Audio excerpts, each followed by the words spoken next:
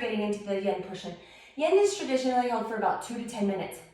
We don't have time for that, meaning YouTube won't let me have time for that. So grab your props, and if you didn't get them earlier, go get them. I highly recommend this, okay? Okay, so we're going to get into a Sphinx pose, but with the bolster. So Sphinx pose is where you're laying on your belly and your arms are pulling the earth back. Today, my shoulders are in line with my elbows, but today, instead of like pulling the whole time and keeping your chest open, you're going to get set up in that position, and then you're going to just let your neck fall. Toes are rooted into the ground.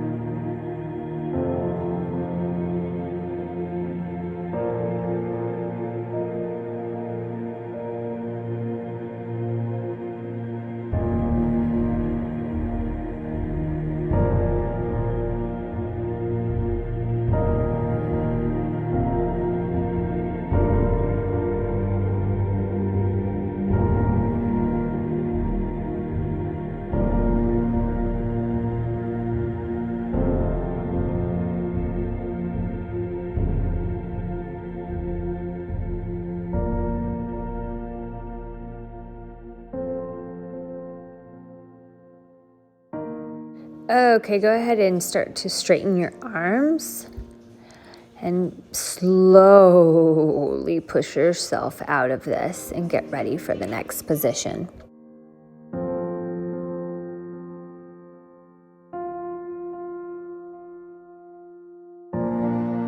We're gonna now come into double pigeon. So this bottom leg, left leg, is parallel to the side of my mat, and my top leg is the same.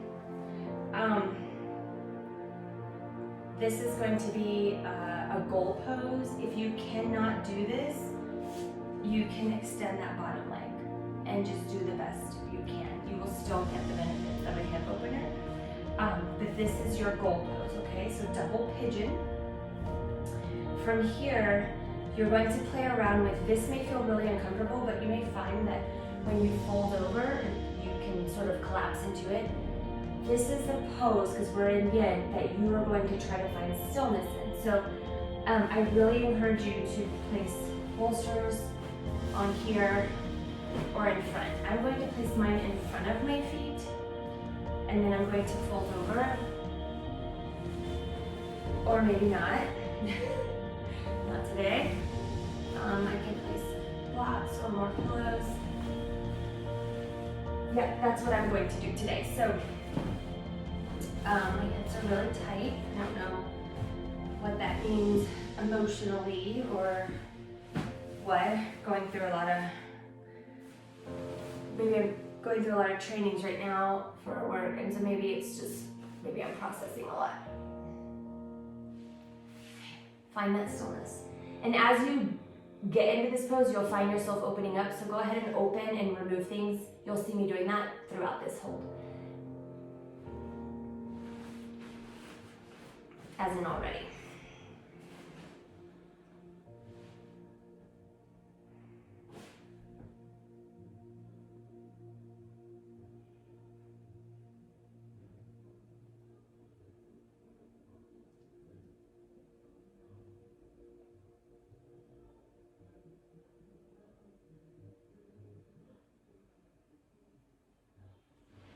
I forgot to mention that you can also just do this in easy seated position, the pose that we take at the end to say namaste.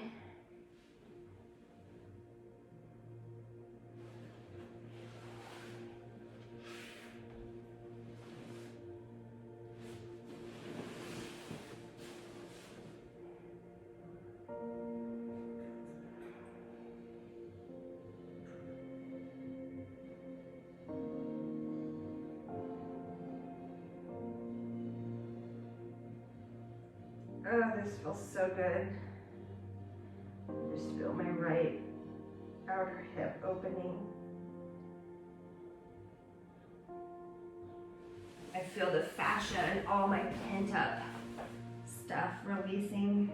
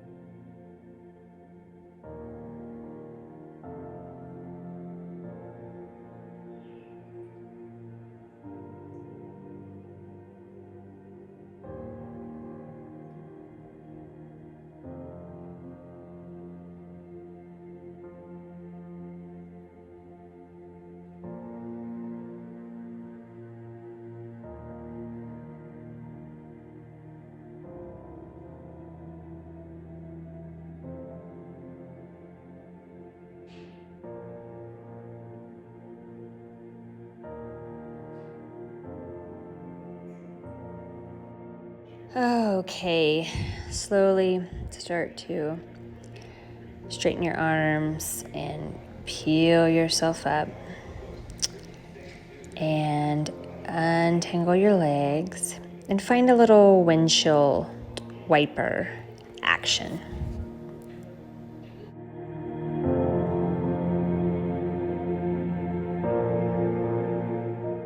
Now let's try opposite legs.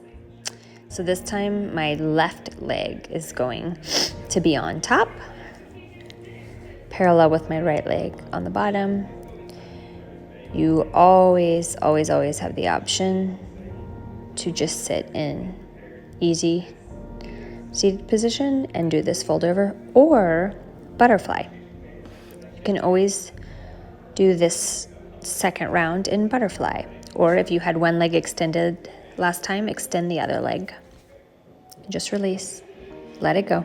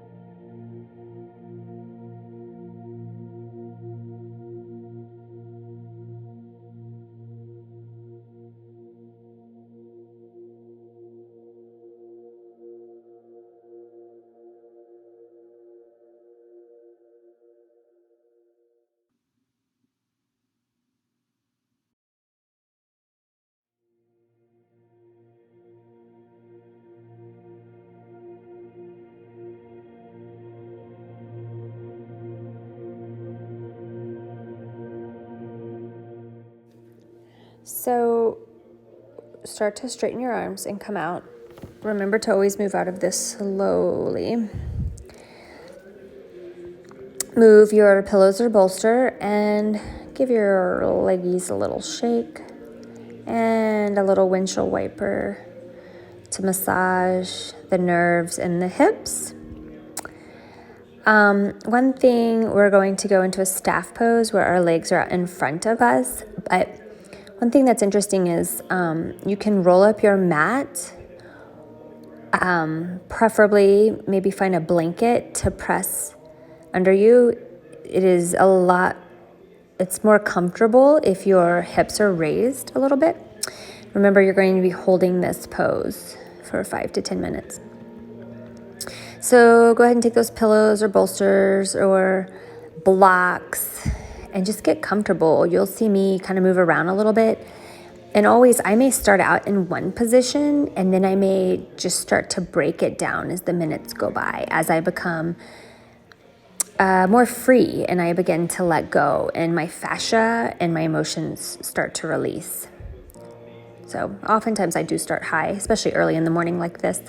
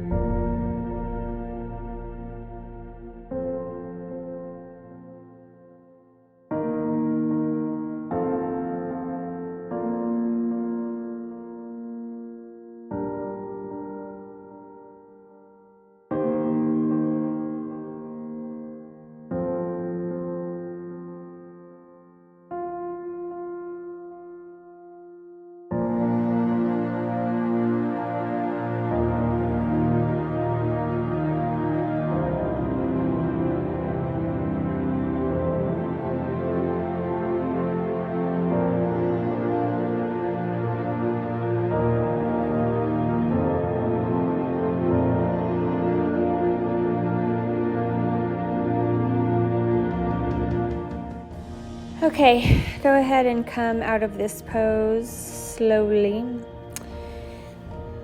and move bolsters out of the way, unroll your mat or remove the blanket that was underneath you. Okay, so now we're going to come into supported bridge pose. So grab some blocks or towels or anything that you can find.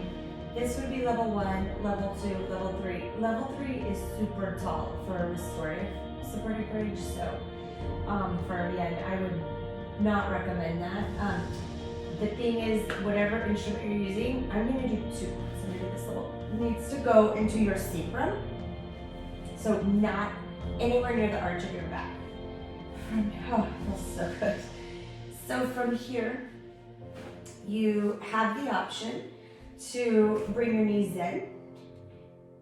If you want to work a little more of the outer hips still, kind of sit in that for a sec and see how that feels when they fall in. For me, it starts to pull into the arch of my back. I don't love it. So from there, you could drop it down one. It takes that pressure away for me. Or you can come into butterfly pose where you put your feet together and spread.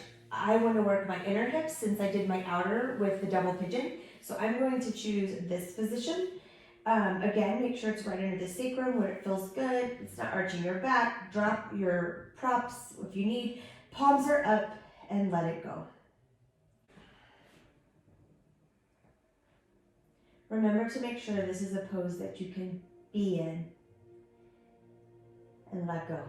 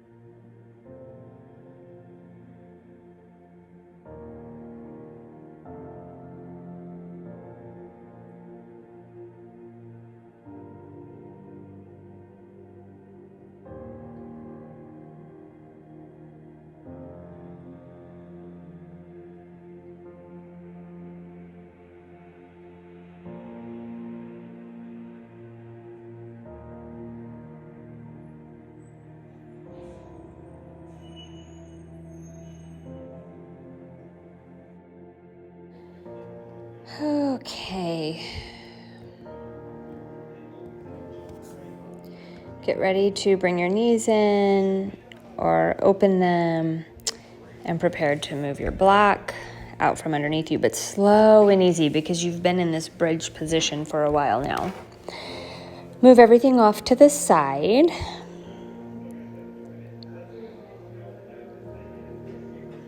Just kind of rest here for a second.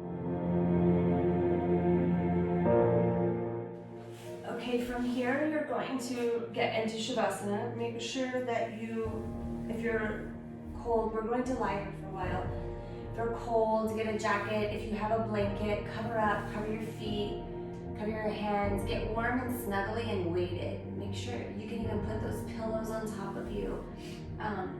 Find yourself in a really good position. Your feet are as wide as possible, feet flopping out to the side and palms up.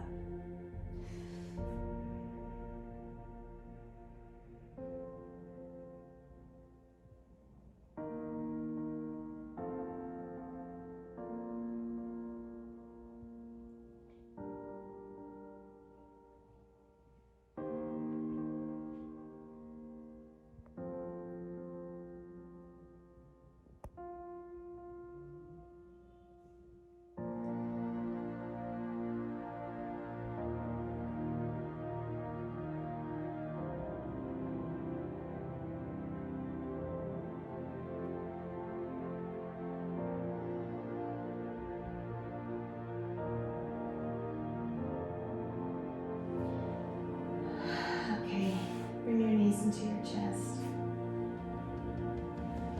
Give yourself a little left squeeze.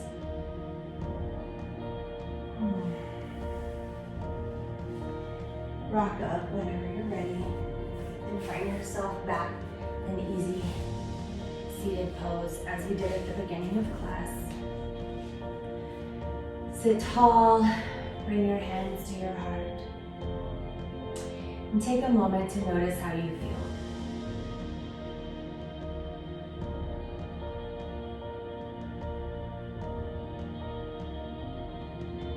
How do you feel compared to how you felt when we checked in at the beginning of the class?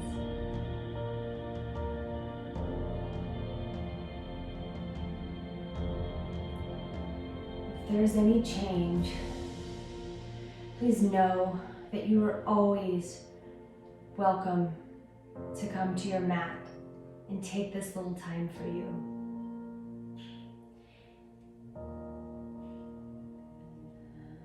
Maybe you practice these routines, the yin, yang, and the yin, and you pick one favorite move of each.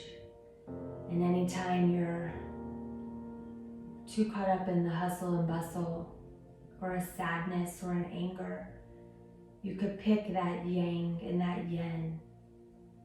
Do the yang for 5 breaths, hold the yin for 5 minutes, and come back to this place.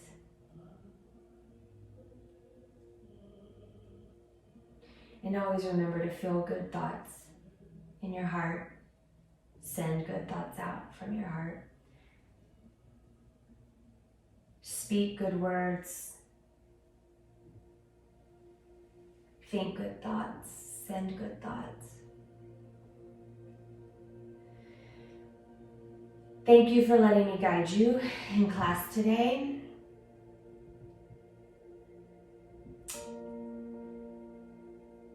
I hope you know how much I love being on the mat with you, being in your life, and being a part of you, because I truly feel the gifts from you, and I thank you for being in my life. There's so many billions of people in this world, and I'm so grateful that you're one of those billions in mine, and one of my teachers. Thank you. Namaste.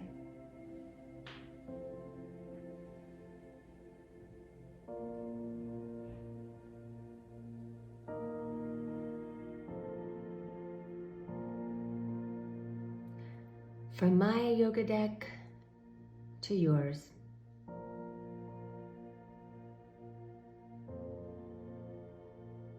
Which truly I find quite funny. Because that doesn't look very... However, it does look really soft.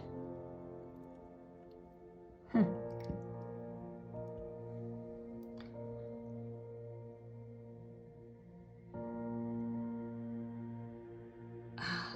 pretty. I think I'm realizing why snow does this to you. Why I feel like I'm living in a Hallmark. It's like little angels. It's so pure. Snow is so pure. It's so clean. It's so innocent. It's so light, but yet it hits the ground. But it's grounded in such a light, gentle way.